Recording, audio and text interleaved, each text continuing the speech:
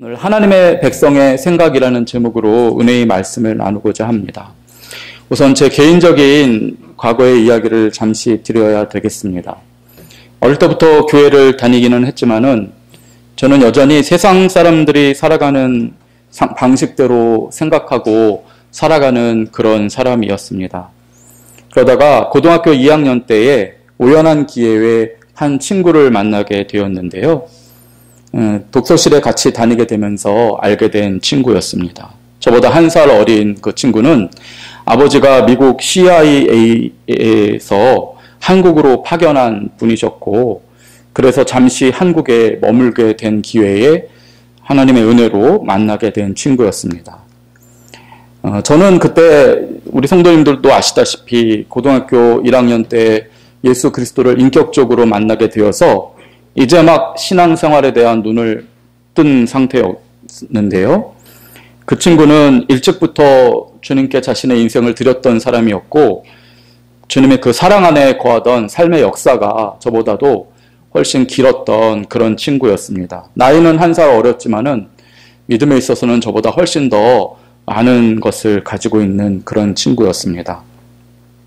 그 친구를 통해서 저는 그 당시에 막 시작된 예수 전도단이라고 하는 선교단에서 찬양 예배를 드릴 수가 있었고, 거기서 큰 은혜를 받았고, 그 예배를 또 다시 들을 수만 있다면 죽어도 좋다, 그런 너무나 큰 예배의 기쁨을 맛보게 되었고, 결국에 이 진로를 바꾸어서 목사가 되기로 결심까지 하게 되었습니다.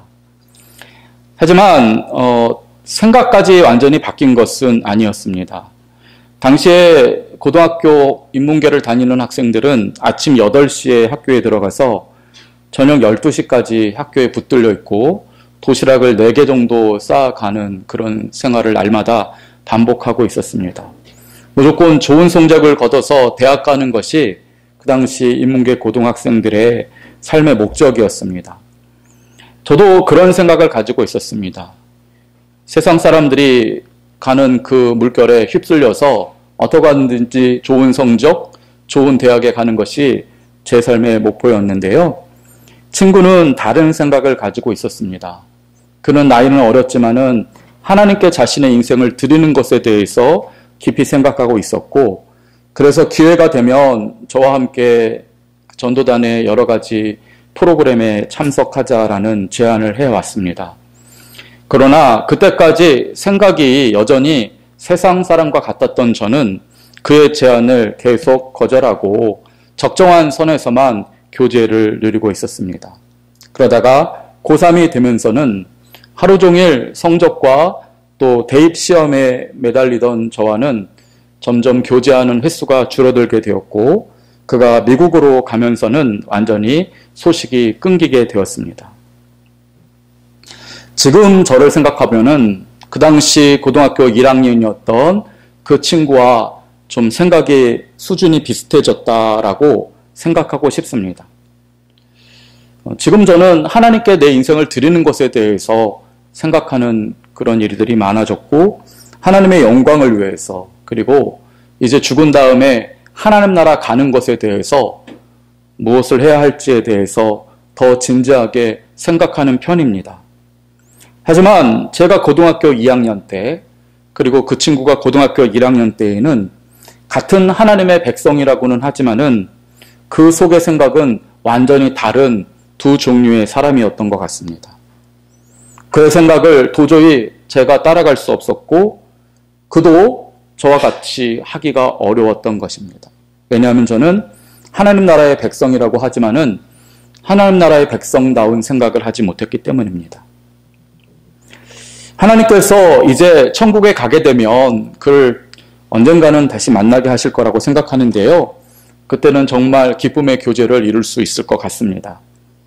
제가 그를 인생 가운데 다시 만날 그런 일들은 거의 없겠지만은 그 대신에 저는 제가 만나는 이 성도님들, 하나님의 백성이라고 하지만 여전히 세상 사람의 생각을 버리지 못하는 분들이 지난날에 저와 같은 그런 삶의 태도를 버리고 하나님 나라 백성의 생각을 갖기를 위해서 힘쓰려고 합니다. 그것이 아마 그 당시 그 친구가 저를 위해서 기도했던 제목이라고 생각하기 때문입니다.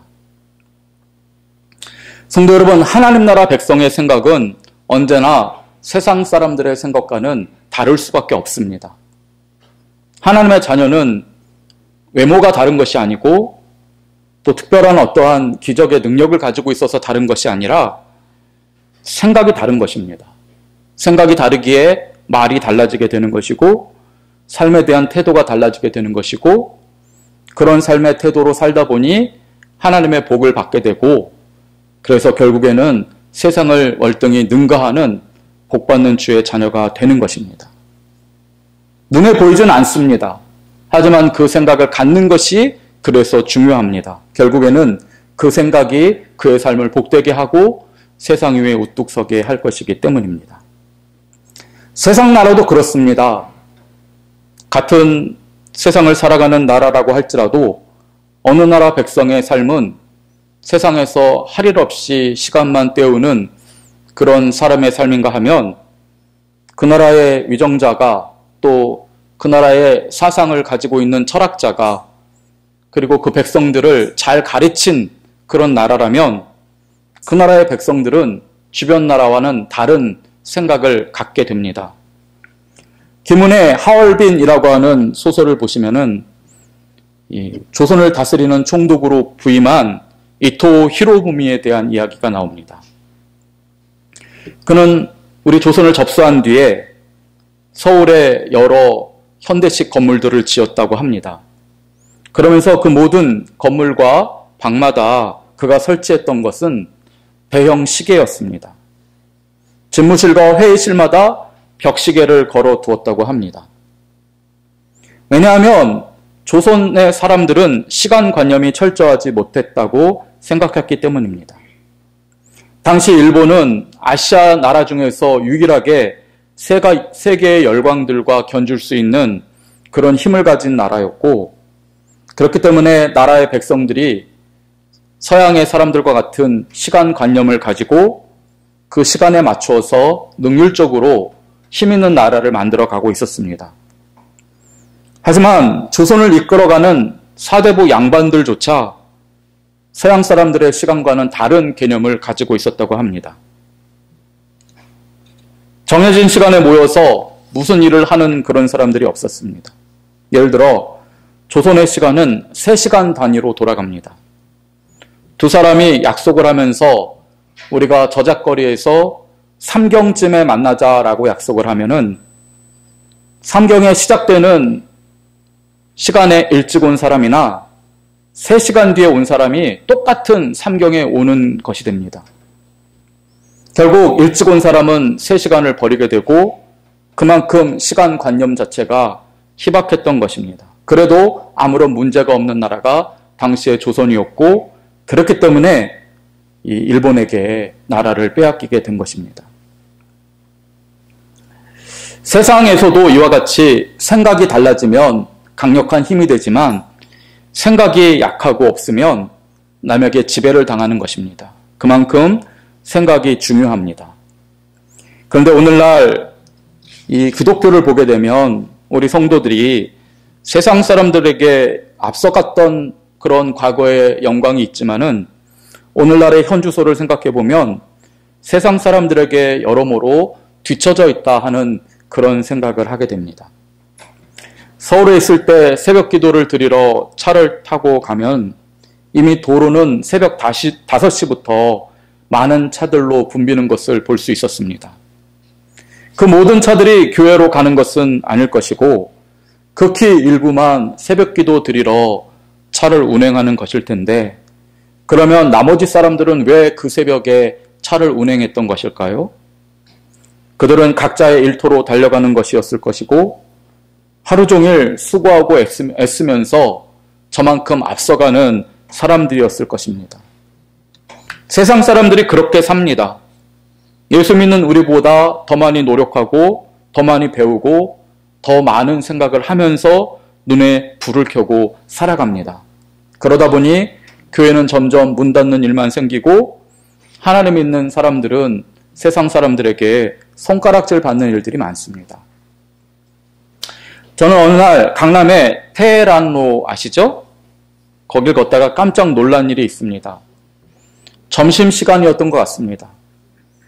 빌딩에서 사람들이 쏟아져 나오는 것을 보는 순간 제 심정이 어땠냐 하면은 이 가나안 땅을 12명의 정탐꾼들이 들어가지 않았습니까? 그때 그 정탐꾼들이 볼 때에 가나안의 모든 문화와 문명이 너무나 발달해 있고 사람들이 너무 발육 상태가 좋고 힘도 세 보였기 때문에 자기를 메뚜기처럼 생각하게 되었다라는 말씀이 나오는데요. 그때의 심정이 꼭 저의 심정이었습니다.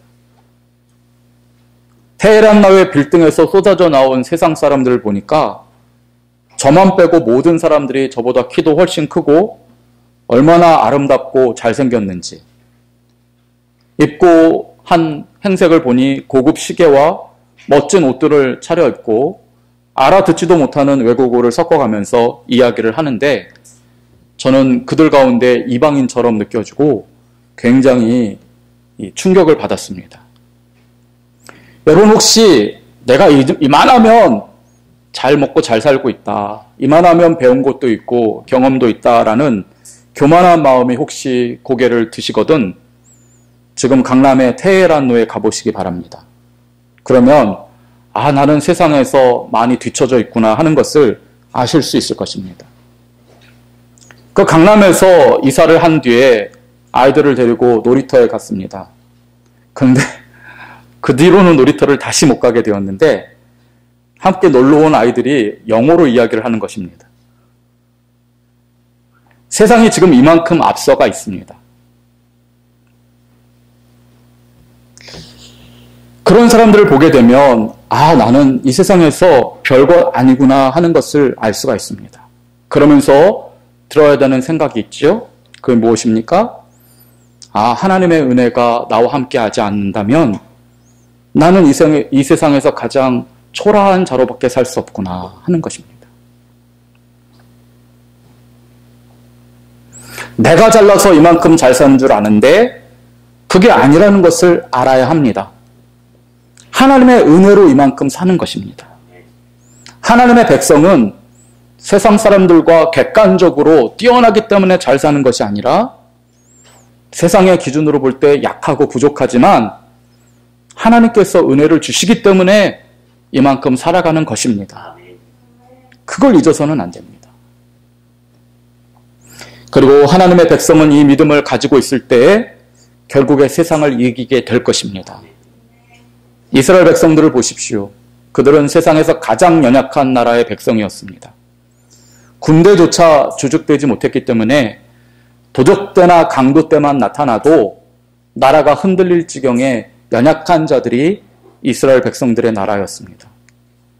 하지만 그들이 하나님을 믿고 그 믿음이 충만하여졌을 때는 가나안의 강력한 7 부족들을 이기고 그 가나안이 이룩한 문화와 문명을 누리면서 승리를 이끌어낸 것입니다.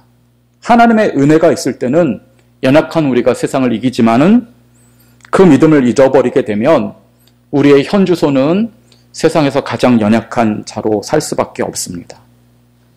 인간은 자신의 능력과 노력으로 인생을 더 아름답게 만들 수 있다라고 착각합니다.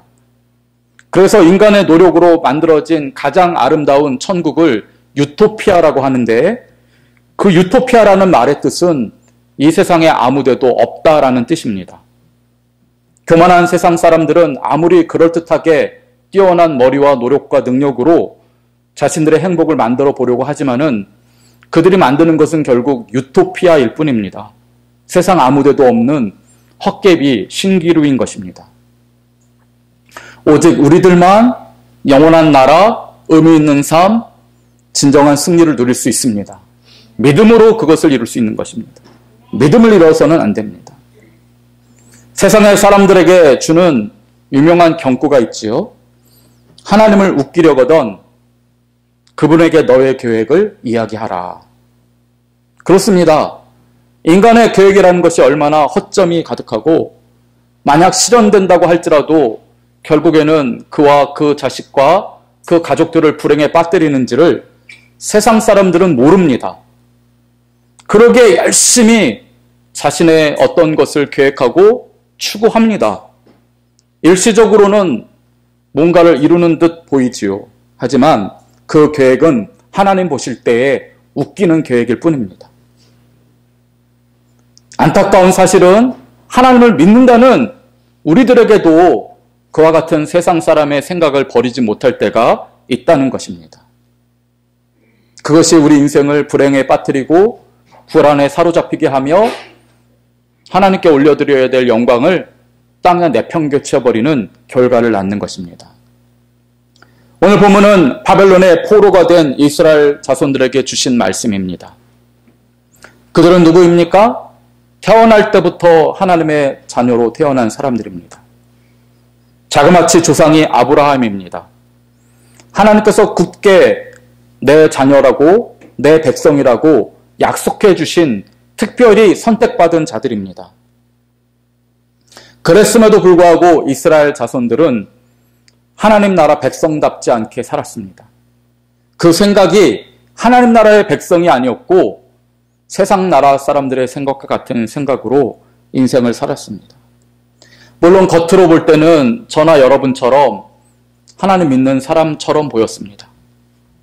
그들은 제단에 나올 때면 항상 양과 소를 바쳤고 그들은 누구나 할 것 없이 11조를 바쳤으며 주의 말씀이 기록된 쪽지를 이마나 손에 매달고 다니면서 살았습니다. 그렇기 때문에 세상 사람들이 볼 때는 이 이스라엘 백성들만큼 지구상에서 하나님의 자녀답게 살아가는 사람이 없어 보일 정도였습니다. 하지만 다시 말씀드리지만 중요한 것은 겉으로 보이는 그 종교적인 모습이 아니라 그 사람의 생각입니다. 그 사람의 생각이 하나님의 선하시고 기뻐하시고 온전하신 뜻대로 생각하느냐, 아니면 아무리 겉만 그럴듯하더라도 세상 사람들과 똑같은 목적과 생각으로 살아가느냐, 거기에 그의 운명이 달려있는 것입니다. 겉으로는 가장 하나님 잘 믿는 것처럼 보였던 이스라엘 백성들의 생각은 선지자들이 낱낱이 드러내고 있습니다. 선지자들에 따르면 이스라엘 백성들은 하나님을 섬긴다 하면서 실제로는 우상을 섬겼습니다. 그리고 하나님 앞에 예배를 드리지만 그들은 우상이 그랬던 것처럼 하나님이 말도 하지 못하고 듣지도 못하는 돌이나 나무와 같다고 여겼습니다. 그래서 하나님의 생각을 버렸습니다. 세상 나라 백성의 생각을 그들은 취했습니다. 그러자 어떻게 됩니까? 중요한 것은 이것입니다. 여러분, 저와 여러분들은 하나님 나라 백성이지 않습니까? 그런 하나님 나라 백성이 세상 사람의 같은 방식으로 생각하고 살아간다면 세상 사람들이 누리는 그 영광과 권세를 누리게 될 줄 아십니까? 그게 아니라는 것입니다. 그렇게 되면 완전히 멸망하기 때문에 하나님은 그런 인생을 돕지 않으십니다. 하나님 나라 백성으로 믿음 생활을 시작한 사람이 세상 사람 따라가게 되면 100% 망합니다. 이스라엘 백성들이 왜 망했습니까? 그들의 생각을 하나님 나라 백성의 생각으로 삼지 않고 세상 나라의 강대한 나라 백성들처럼 그렇게 생각하면서 눈에 보이는 영광, 명예, 물질을 쫓아갔기 때문입니다. 결국 어떻게 됩니까? 그들은 주변 강대국의 밥이 되었습니다. 나라를 잃었습니다. 바벨론 제국으로 끌려가서 거기서 한 나라의 백성이 되지 못하고 노예로 70년이라는 사람으로 따지면 한평생을 노예로 살게 된 것입니다. 이스라엘 백성들이 경험한 것은 저와 여러분에게 주는 교훈입니다. 우리가 하나님의 은혜를 힘입어 살지 못한다면 결국 우리는 우리 자신의